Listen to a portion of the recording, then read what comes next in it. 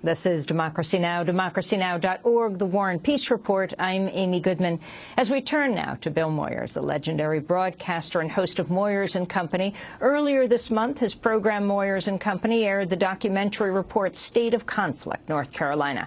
He's the former host of Bill Moyers' Journal. He's won more than 30 Emmy Awards. He's also a founding organizer of the Peace Corps, press secretary for President Lyndon Johnson, publisher of Newsday, senior correspondent for CBS News. His most recent book is Bill Moyers' Journal. The conversation continues, as I hope it continues right here. Welcome back to Democracy Now!, Bill. It's great to have you with us. My pleasure. Quite a report, and it isn't even the whole thing. You go on in this report on the state of conflict in North Carolina to talk about the whole issue of voting rights. Yes, the North Carolina now, because of this new far-right government, and these are not your father's Republicans, they are really right-wing Republicans adhering to the fundamentalism of the right. They went after voting rights. It's one of the first objectives they fulfilled when they took power. And they now have the most restrictive voting rights in the country. Very complicated process of getting IDs that you have to have. They've redistricted in a way that packs African Americans into 3 districts so that it's hard to argue one man, one vote is happening down there. And the Justice Department has challenged the North Carolina state voting laws, but they are very restrictive, and they're designed to perpetuate the Republican rule and to make it harder for the elderly, for the young, for minorities to vote. One of the things they realized very quickly was that a lot of the voters who were voting early were voting Democrat. So they're cracking down on the number of days that you can vote. Yes, for a while it looked as if Mitt Romney had won in 2012, but when the early votes were finally counted, the margin went to a victory went to Obama. So they don't like that, and they want it, and they're doing away with early voting. So why did you focus on North Carolina of all the states? Is it really so singular, so unique? Well, it's very compact what's happening down there, and it's very recent. This has happened to a considerable extent in Wisconsin.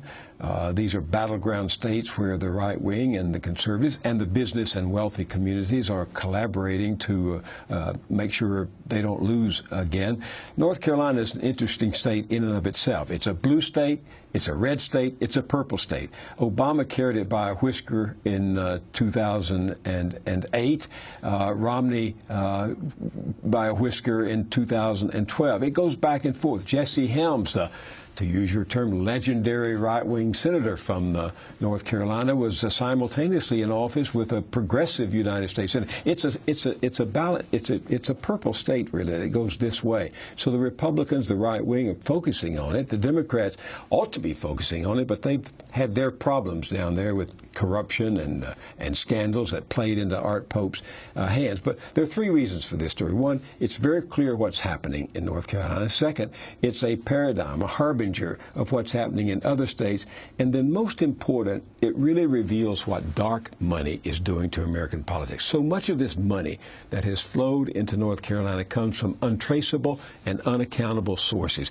They don't know in North Carolina who's funding the redistricting. They don't know who's funding these campaigns against their opponents. It's coming from national sources, from Republican sources in Washington, from very wealthy people around the country. And that is, of course, flying in the face of the fundamental tenet of democracy, which is we should know who's buying our government. And, of course, there is a North Carolinian in this, and it is Art Pope himself, also close to the Koch brothers. Yes, he's been called a kingmaker as well as a king because he's used his money. He's a smart man, very shrewd, very intelligent, and very ruthless in how he uses his money. And as Jane Mayer, the New Yorker reporter, terrific reporter, as you and I both know, says at the end of the broadcast, this is more than North Carolina. This shows what a wealthy individual can do in any state where he or she is willing to put their money into politics in this way.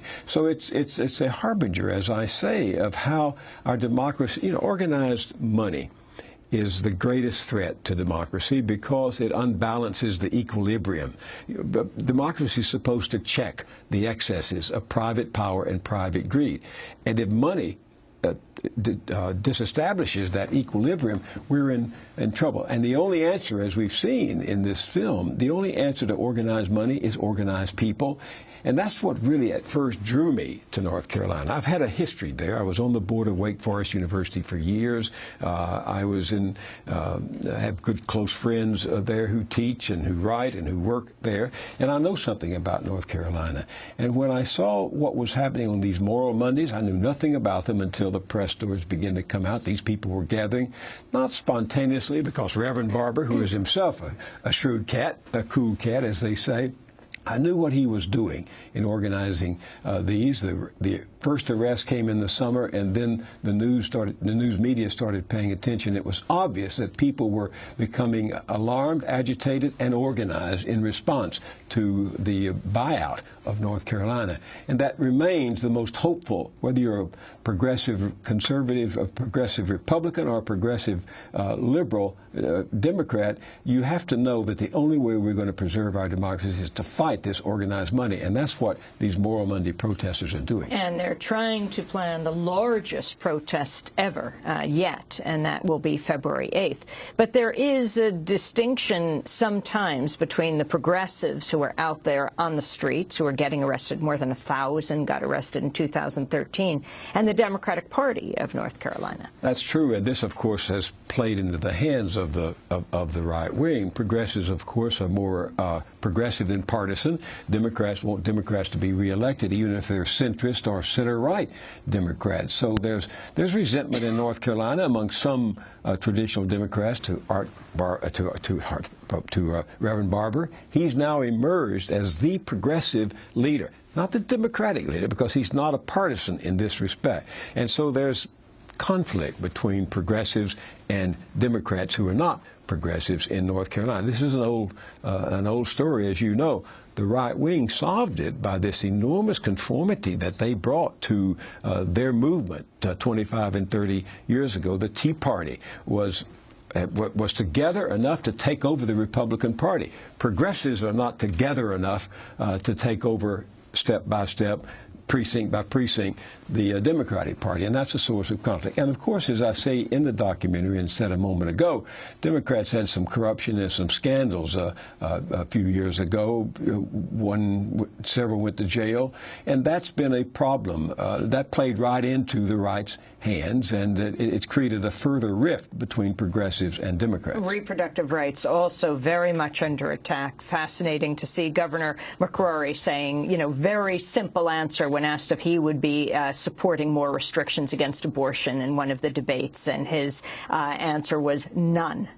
Very clearly stated, but that hasn't been the case. He read the tea leaves and saw that when he got into office, he was elected with the help of these conservatives, and of course he has to appease them in order to be reelected if he runs again. And one of the first changes in his agenda was to go against what he had said earlier and sign the most restrictive abortion bill, a reproductive rights bill, anti-reproductive rights bill in the country. Last year, as you also make an excerpt of in this documentary, The Daily Show's Asif Manvi spoke to a North Carolina County Precinct Republican chair named Don Yelton about North Carolina passing one of the most restrictive voter suppression bills in the nation. The bottom line is the law is not racist. Of course the law is not racist, and you're not racist.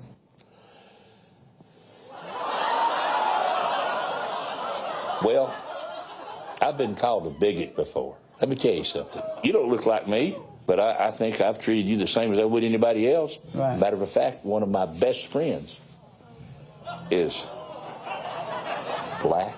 So one of your best friends? One of my best friends. Is black? Yes. And there's more. When I was a young man, you didn't call a black, you called him a Negro. I had a picture one time of Obama sitting on a stump as a witch doctor, and I posted that on Facebook. I was making fun of my white half of Obama, not the black half. And now you have a black person using the term nigger this, nigger that, and it's okay for them to do it. You know that we can hear you, right? Yeah. Okay, you know that. You know that we can hear you. Yeah. Okay, all right. Then I found out the real reason for the law. The law is going to kick the Democrats in the butt. Wow! An executive GOP committee member just admitted that this law isn't designed to hurt black people, it's designed to hurt Democrats. If it hurts a bunch of college kids that's too lazy to get up off their bohunkus and go get a photo ID, so be it. Right. If it hurts the whites, so be it. If it hurts a bunch of lazy blacks that wants the government to give them everything, so be it. And it just so happens that a lot of those people vote Democrat. Gee. That was from Comedy Central, The Daily Show. Almost immediately after the interview aired on The Daily Show, Don Yelton was forced to resign his position in the Republican Party. Bill Moyers. It's sad that there are so many people in this country who cannot escape the prison of the past. And race is very much at the heart of this, particularly in the old Confederate states, this right-wing resurgence that we're facing now. There are very few who speak as openly and as blatantly and as honestly as Don Yelton. He's telling the interviewer, yeah, this is why I did what I did.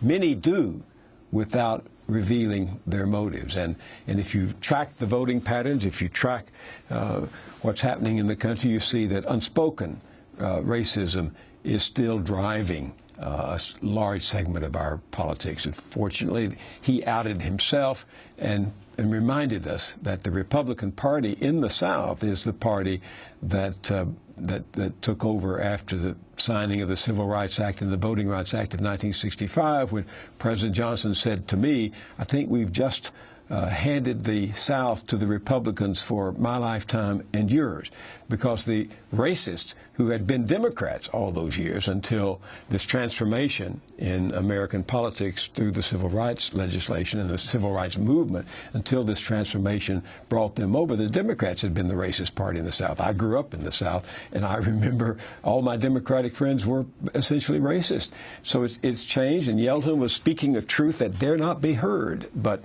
he did say it, and we know it. You know, Bill, we just came from Sundance Film Festival in Park City. Freedom Summer was one of the documentaries from the remarkable filmmaker Stanley Nelson. And it's about this summer coming up is the 50th anniversary of the summer of 1964, when the three civil rights activists, James Chaney and Andrew Goodman and Mickey Schwerner, were killed. Of course, they were named. There were others who we don't know who died. It was this summer of organizing in Mississippi, and it was the summer of the Mississippi Freedom Democratic Party. And you were the press secretary of Lyndon Johnson. What was it like to be there when Fannie Lou Hamer was taking Lyndon Johnson on at the 1964 Atlantic City Democratic Convention? He did not want that voice who wanted to integrate the Mississippi Democratic Party delegation to the convention to be heard. And so he gave a speech at the same time, so the cameras would switch from her, as they did, reliably giving voice to power,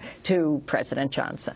What a dramatic and traumatic moment it was, a riveting moment. By the way, I didn't become press secretary for 2 years. I was 30 that summer, and I was actually President Johnson's domestic policy advisor, working on civil rights, voting rights, and politics. And it was a dramatic moment. It was an unfortunate moment, too, because I wish in retrospect that we had embraced Fannie Lou Hamer and realized that's where the future of the Democratic Party lay. Could it kind of be like North Carolina Democrats today? Yes, exactly. Exactly. But here was Johnson's predicament. He wanted to carry as many southern states as he could. He was from Texas. He wanted to bring progressive, moderate Democrats along with him in his campaign for '64. And had he embraced Fannie Lou Hamer, the morally right thing to do, it would have been, he thought, politically costly. So he hammered out this compromise, which was not satisfactory to either side, in order to preserve his political prowess and his political opportunity to carry it. And we did carry several states in the South in 1964 that I think probably he would have lost if he had not made this compromise. But in retrospect, of course, and not even in retrospect. At the time, the moral embrace would have been the right one to do, and that would have been to bring the Mississippi leadership, the Democratic, the black and civil rights leaders of Mississippi into the Democratic Party. He almost resigned then, didn't he? The pressure so enormous, at least that's what comes out in Freedom Summer. He was saying he was wondering if he would throw in the towel then. Yes, he was torn between winning and doing the right thing. Lyndon Johnson had never been an outstanding proponent of civil rights when he was a senator from Texas, or the majority leader. But his heart was always in the right place, because as a young man, he was a New Deal congressman from Texas, and that was trying to embrace a larger constituency. He had just signed the Civil Rights Act earlier 1964. that summer. That's right. And then suddenly he was faced with this moral versus political choice, and it really created a great tension in him. He was torn by what he had done at the same time, and he wasn't sure that winning re-election was worth the moral price he had paid for it. But he got over that and ran a hearty campaign, and of course received the largest plurality in the country up until then in a presidential race. Well, Bill, before we end the show, I wanted to ask about what your plans are. This year you turn 80. Yep. You announced in October that Bill Moyers and Company, you were going to be ending it. You got an avalanche of response. People, the force more powerful than any one person, the people spoke, and they said, you can't end this show. Well, enough people spoke to make me think that I was leaving. I was going AWOL in the middle of the battle, and you know, when you've been at it 40 some odd years, I've been a broadcaster for 41 years. You do have a somewhat loyal constituent. Many of them are aging out, dying off. I mean, young journalists have no idea of what's happened in broadcasting over the last 40 years. They're into the web and so forth. But there were enough loyal fans, constituents around the country. They wrote 4,000 or 5,000 letters came to us, emails, and I had to face myself shaving in the morning and saying, "Are you abandoning these people?" So we came back for one more year. Well, it's great to see you coming back with documentaries like these. What's your next? We're working on we're looking at Ayn Rand's influence today. Ayn Rand is the libertarian, the famous writer, author of Atlas Shrugged and The Fountainhead, a libertarian who celebrates the virtue of money and says has had an enormous influence over American politics and is even popular today. I think Atlas Shrugged sells something like 150,000, 200,000 copies. It's being taught, her philosophy is being taught in universities, funded by Koch brother organizations and others. And so we're looking at Rand Paul, for example, who's likely candidate for president. Is he named after her? I don't know. They say not, but there's some kind of convergence there, because when he was 17, his father, Ron Paul, gave him a set of Ayn Rand's novels. So we're working on that. Well, we look forward to the commentary, Bill. Thanks so much for joining us, legendary broadcaster, host of Moyers and Company. Earlier this month, his program, Moyers and Company, aired a documentary called State of Conflict, North Carolina, and we'll link to the full documentary.